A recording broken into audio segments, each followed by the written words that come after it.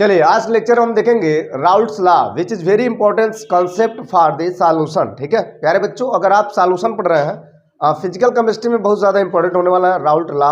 Raoult का नियम क्या है, ठीक है, और राउल्ट का नियम क्या क्या प्राथमिकता रहता है, किस पे डिपेंड होता है। ठीक है, तो बच्चों राउल्ट लॉ जो कि टोटल डिपेंडेंट होता है एक वेपर प्रेशर पे, एक वाष्प दबाव पे। ठीक है, तो पहले हम जानना जरूरी होगा कि वाष्प दबाव क्या होता है, और आइए आपको बताते हैं कि वाष्प दबाव के बारे में, दैट मीन्स वेपर प्रेशर। अगर आपको वेपर प्रेशर क्लियर होता है तो आप राउल्ट का लॉ याद कर सकते हैं या उसे अंडरस्टैंडिंग कर सकते हैं। ठीक है, तो चलिए हम शुरू करते हैं। सबसे पहले हम जानेंगे वेपर प्रेशर यानी कि वाष्प दबाव। हेडिंग लगा है वेपर प्रेशर।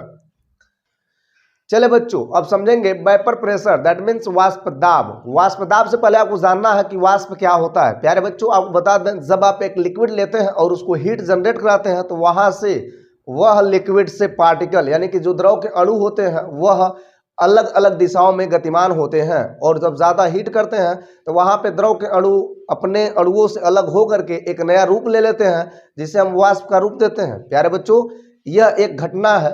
आप जब एक कंटेनर को बंद कर देते हो, ऊपर से ढक्कन लगा देते हो, तो वहाँ पे वह संघनित होकर के यानी पुनः ठंडा होकर के और पुनः उस सतह पर जिससे निकल के गए होते हैं उस पर एक प्रेशर लगाते हैं जिसे कहते हैं वाष्प दाब। प्यारे बच्चों बहुत इजी कंसेप्ट है, इसको समझने के लिए आपको दो कंटेनर लेना पड़ेगा। आइए आपको बताते हैं इसका मतलब क्या है। यस, तो बच्चों सबसे पहले क्या करेंगे, ये रहा एक प्यारा सा कंटेनर जैसा कि आप देख रहे हैं, और यहाँ पे लिक्विड मटेरियल रख दिए हैं कुछ इस प्रकार से, जैसे ये आपका एक कंटेनर में लिक्विड भरा हुआ है यानी ये है लिक्विड, राइट। बच्चों आपको बता दें वाष्प दबाव कब होगा, तो सबसे पहले क्या होगा, जब इसको हीट करेंगे तो यहाँ से इस कंटेनर से यह लिक्विड ऊपर की ओर यानी गतिमान हो जाएगा अलग अलग दिशाओं में।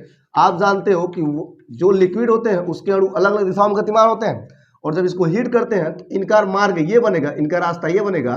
तो ये अणु, ये जो द्रव के अणु होते हैं ऊपर की ओर कुछ ऐसे रूप धारण कर लेते हैं जिनका हम नाम देते हैं वाष्प। दैट मीन्स यहाँ पे एक प्रोसेस आती है, यहाँ ये वाष्प बनना शुरू हो जाता है और ये वाष्प ऊपर की ओर उठने लगता है।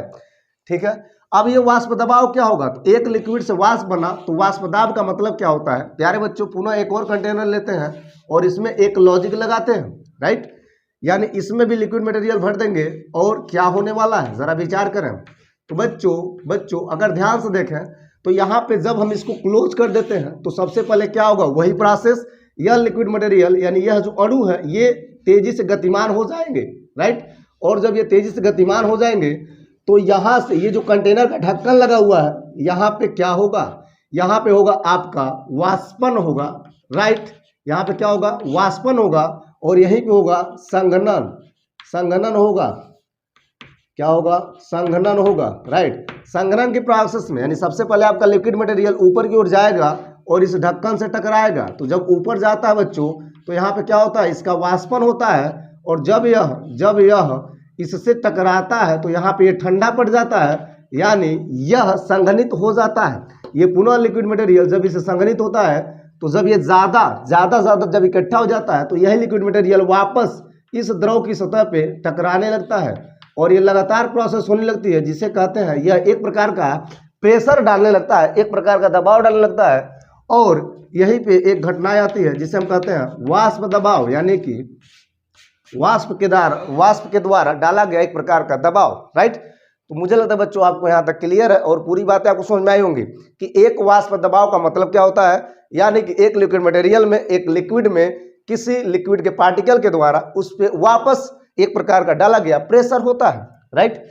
तो बच्चों ये रहा एक वेपर प्रेशर का मतलब, जिसका यूज हम करने वाले हैं एक राउल्ट नियम में।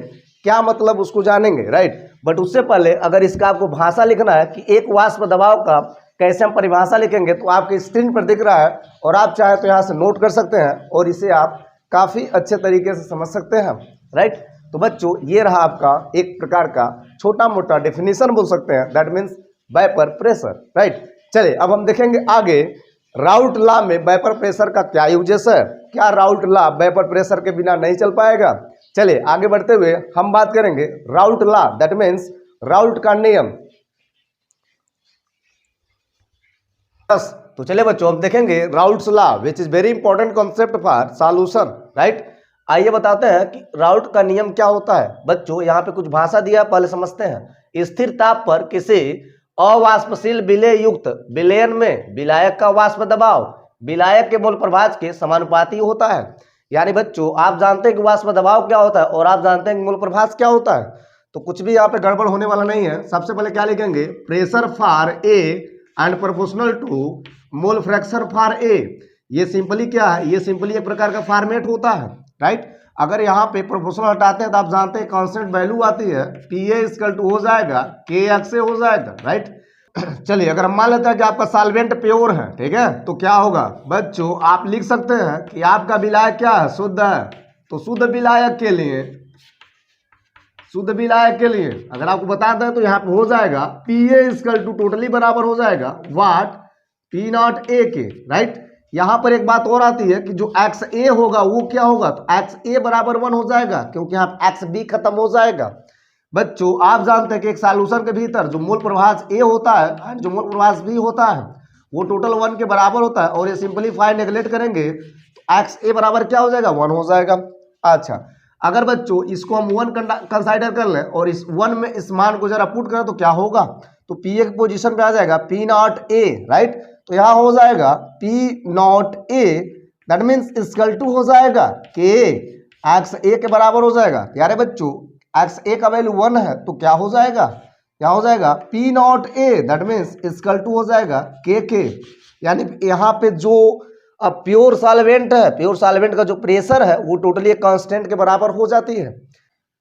चलिए अगर इसको हम सेकंड मान लेते हैं तो क्या होगा, फर्स्ट एंड सेकंड से जरा ध्यान देंगे तो फर्स्ट एंड सेकंड से क्या दिख रहा है आपको, तो जहां पे के है वहां पे क्या भर सकते हैं, पी नॉट ए भर सकते हैं, राइट।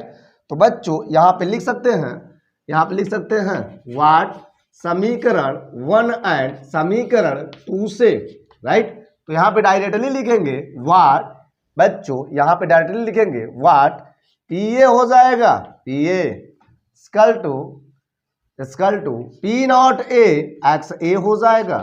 ये रहा आपका एक थर्ड नाम का इक्वेशन, राइट। चलिए बच्चों अब समझते हैं इसको एक ग्राफ के माध्यम से, एक कंटेनर में क्या घटनाएं होती हैं जरा उसको जानेंगे।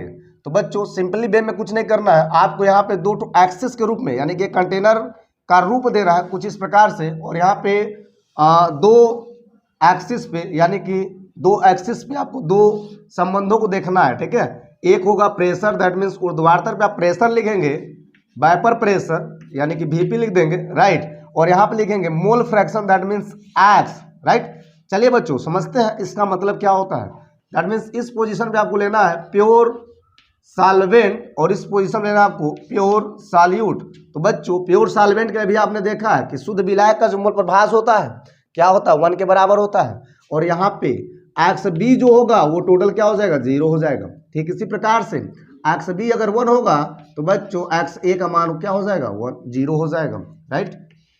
चलिए अब बात ये आती है कि यहाँ पे अगर यहाँ पे एक्स ए इक्वल टू 1 है तो यहाँ पे जो प्रेशर जाएगा एक्स ए का वो मैक्सिमम कहाँ तक जाएगा, वो मैक्सिमम पी नॉट ए तक जाएगा, ठीक है। और इसका रिलेट यहाँ से करेंगे, और यहाँ पे एक्स बी जो होगा इक्वल टू अगर 1 है तो इसका मैक्सिमम जो प्रेशर बच्चों वो जाएगा पी नॉट बी तक जाएगा, ठीक है। अब इनका दोनों का रिलेट कर दे तो कुछ इस प्रकार से हो जाएगा। तो ये रहा बच्चों इन दोनों का मतलब, राइट। तो इस पोजीशन पे क्या है, इस पोजीशन पे है what P A equal to, you बोलेंगे P not A X A, जैसा कि आप देख सकते हैं, क्या देखें, P A equal to P not A X A, ठीक है, यानी कि प्योर सॉल्वेंट के लिए। अब इसी प्रकार प्योर सॉल्यूट की बात करते हैं तो हो जाएगा पी बी इक्वल टू हो जाएगा, क्या हो जाएगा, P not B X B के बराबर हो जाएगा, ठीक है। और यहाँ बच्चों इन दोनों का अगर हम सम्मेशन कर देंगे कुछ इस प्रकार से तो यहाँ पे मिल जाएगा पी टी, यू बोलेंगे पी टी का मतलब होता है पी फॉर टोटल, यानी कि यू या टी लिख सकते हैं या तो सॉल्यूशन लिख सकते हैं। तो पी एस जो होगा एक सॉल्यूशन में क्या होता है, P A plus P B के बराबर होता है, राइट। यानी एक सॉल्यूशन के भीतर क्या होता है, पी ए होता है और क्या होता है, पी बी होता है। तो पी ए का मतलब होता है प्रेशर फॉर सॉल्वेंट और पी बी का मतलब प्रेशर फॉर सॉल्यूट। प्यारे बच्चों अब आपको एक कॉन्सेप्ट बता दें, यहाँ पे जो राउल्ट का नियम होता है इस प्रकार एक कंटेनर सेटिस्फाइड होता है कि एक प्रेशर कैसे बढ़ता है और एक प्रेशर कैसे घटता है, ठीक है। अब यहाँ पे ये जानना जरूरी है, यस यहाँ पे ये जानना जरूरी है कि एक मोल प्रभास यानी कि राउल्ट के नियम में अगर अदरवाइज कुछ फार्मूलास को हम देखेंगे तो कैसे बनेगा। चलिए बातों को आगे बढ़ाते हैं और यहाँ पे कुछ और बातें करते हैं। यहाँ पे जैसे थर्ड इक्वेशन बना है उसी प्रकार एक आ जाएगा वाट पीबी के लिए जिस प्रकार पी ए निकला है पी नॉट ए एक्स ए निकला है, ठीक उसी प्रकार पीबी हो जाएगा वाट पी नॉट बी और एक्स बी हो जाएगा। यानी आप चाहे तो पीबी का भी निकाल सकते हैं और पीए का भी निकाल सकते हैं, यानी कि pressure for A and pressure for B. ठीक है, अब एक इंपॉर्टेंट बात आप जानते हैं और पूरी दुनिया जानती है, what X A plus that means X B अभी बताएं किसके बराबर होता है, 1 के बराबर होता है। यानी एक सॉल्यूशन के भीतर जो मूल प्रभास ए होता है मूल प्रभास बी होता है वह 1 के बराबर होता है। अब यहाँ पे अगर हम बात करते हैं एक्स ए को लेकर के तो क्या हो जाएगा, यहाँ पे हो जाएगा 1 माइनस एक्स बी हो जाएगा। ठीक है, और बच्चों इस फॉर्मेट को समझेंगे थर्ड इक्वेशन से, यानी थर्ड इक्वेशन और यहाँ पे इसका यूज करेंगे एक्स ए का वैल्यू अगर इसमें भर दें तो क्या होगा। चले यहाँ पे काम करते हैं, यहाँ पे हम लिखते हैं छोटी छोटी बातें जस। तो अगर यहाँ पे देखें तो फ्रॉम थर्ड इक्वेशन में क्या देख रहा है, यहाँ पे देख रहा है कि जो पी ए है वो किसके बराबर है, P not A X A के बराबर है। राइट, अब एक्स ए का वैल्यू क्या मिला है, एक्स ए का वैल्यू मिला है 1 माइनस एक्स बी, तो क्या हो जाएगा पी नॉट ए वाट यहाँ पे लिख सकते हैं 1 माइनस एक्स बी लिख सकते हैं। राइट, चलिए यहाँ पे पी ए का वैल्यू निकल के आ गया और यहाँ पे टोटली बच्चों अगर हम बात करते हैं एक्स बी निकालना है, प्लानिंग है एक्स बी की, तो क्या होगा। चलिए तो बच्चों यहाँ पे हो जाएगा वाट एक्स बी के लिए जो पी ए है वो हो जाएगा P not A that means minus इसका इसमें गुणा करेंगे सिंप्लीफाई करेंगे P not A hello X B हो जाएगा। राइट, प्यारे बच्चों आपको निकालना एक्स बी, तो यहाँ पे थोड़ा सा जगह कम पड़ रहा है तो आइए इधर करते हैं। अभी क्या लाए थे what P A equal to क्या लाए थे P not A minus what P A X B, यहाँ पे नॉट है। राइट, चलिए तो बच्चों इसको समझेंगे, आपको क्या निकालना है, दैट मीन्स अगर आपको एक्स बी निकालना है, क्या निकालना है, अगर आपको एक्स बी निकालना है तो एक्स बी कैसे निकलेगा, एक्स बी के लिए आपको इधर इसको सिंप्लीफाई करना पड़ेगा, यानी आप लिख सकते हैं P not A minus P not A X B equal to हो जाएगा पी ए। सिंप्लीफाई में देखा जाए तो इसको आप इधर लिख सकते हैं, इसको आप इधर लिख सकते हैं। अगर एक्स बी की बातें करें तो बच्चों हो जाएगा minus P not A X B equal to हो जाएगा what P A minus P not A. Right, अगर इसको माइनस से गुणा करें तो क्या हो जाएगा, तो बच्चों यहाँ हो जाएगा P not A X B equal to हो जाएगा माइनस पी ए और यहाँ हो जाएगा प्लस पी नॉट ए, यूँ बोलेंगे कि P not A minus P A और यहाँ पे हो जाएगा पी नॉट ए। राइट, ये बच्चों हो जाएगा एक्स बी का वैल्यू। राइट, तो ये रहा एक एक्स बी का मतलब, यानी कि मूल प्रभास फॉर बी। बच्चों यह जो एक्स बी है वो किसके बराबर है, वाष्प दाब के आपेक्षिक अवनमन में। यानी आप चाहे तो यहाँ पे लिख भी सकते हैं, अर्थात करके यहाँ पे लिख सकते हैं। क्या लिखेंगे कि जो राउल्ट का नियम कहता है, क्या कहता है, वाट ये बोलता है स्थिर ताप पर किसी वाट अवाष्पशील विलेयुक्त विलयन में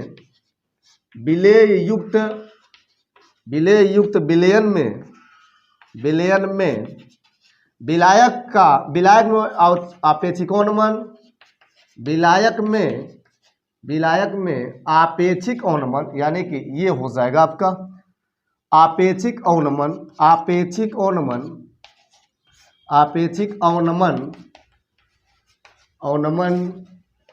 विलेय के मूल प्रभास के, दैट मीन्स एक्स बी विलेय के मूल प्रभास के बराबर होती है। विलेय के मूल प्रभास के क्या लिख सकते हैं, बराबर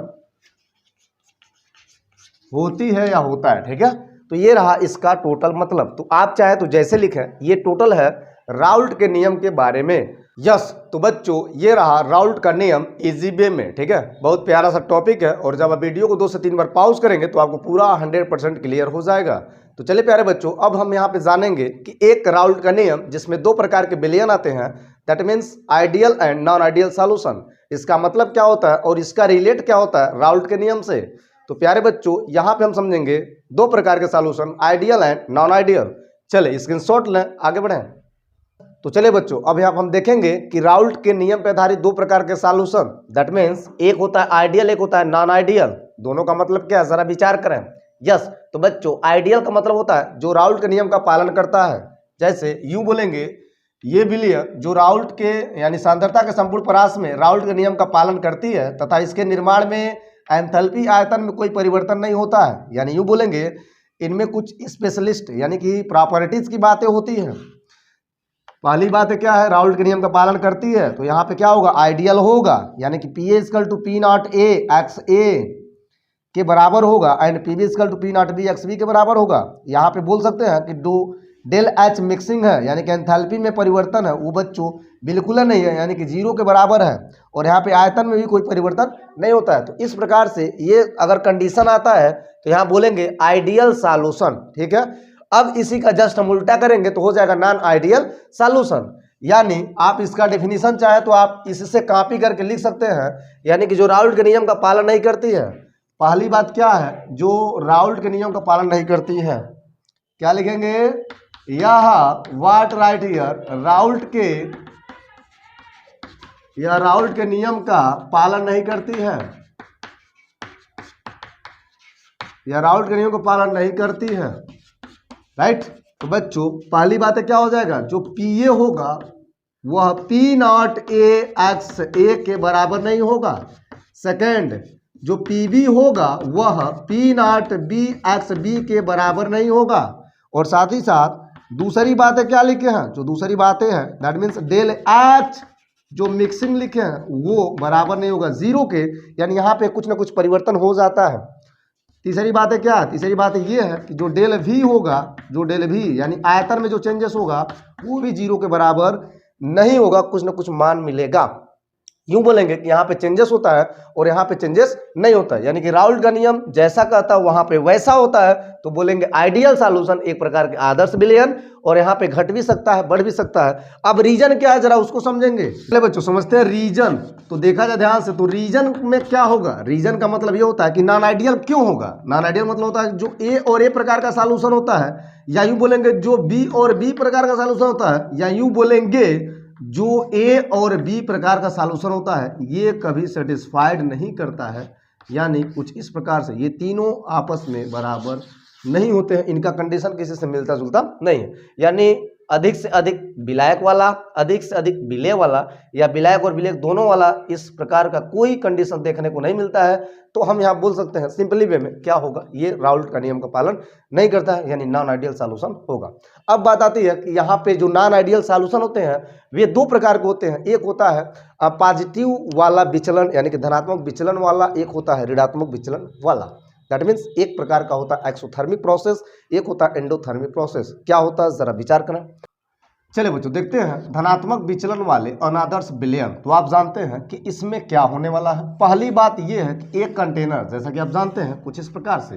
तो बच्चों अभी आपने देखा है कि यहाँ पे क्या होता था, प्रेशर इधर हाई होता था तो अधिकतम क्या होता था पी नॉट ए, और यहाँ पे क्या होता था पी नॉट बी होता था। और इस प्रकार से यहाँ पे आपने देखा था दो संबंधों को लिया था, दैट मीन्स मोल फ्रैक्शन के रूप में, यानी कि एक्स ए इक्वल टू 1 लिया था और यहाँ पे एक्स ए 0 था। दैट मीन्स एक्स बी क्या था 1 था और यहाँ पे एक्स बी क्या था 0 था, राइट। तो बच्चों मोल फ्रैक्शन और वेपर प्रेशर में दोनों संबंधों को क्या बताता है, राउल्ट का नियम बताता है। और यहाँ पे ये आइडियल है, क्या है ये एक तरह से आइडियल है।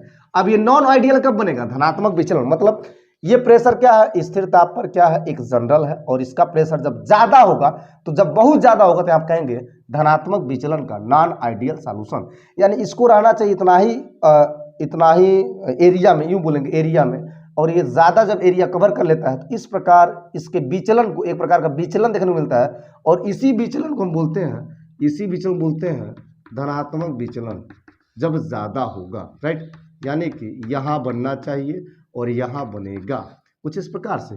तो ये जो डैश डैश दिख रहा है आपको यही है विचलन, और ये विचलन बताता है कि यह वेपर प्रेशर बढ़ा हुआ है, यानी कि जो प्रेशर है वो क्या है बढ़ा हुआ है। तो जब प्रेशर बढ़ेगा दैट मीन्स पहली प्रॉपर्टी देखने को आएगा पी ए हो जाएगा what P not A X A से मोर हो जाएगा, मैक्स हो जाएगा and P B just like what P not B X B हो जाएगा, राइट। यहाँ बच्चे बोल सकते हैं दूसरी बात है, क्या बोल सकते हैं, जो डेल एच था, जो डेल एक्स मिक्स था, वो क्या हो जाएगा, वो भी हो जाएगा पॉजिटिव।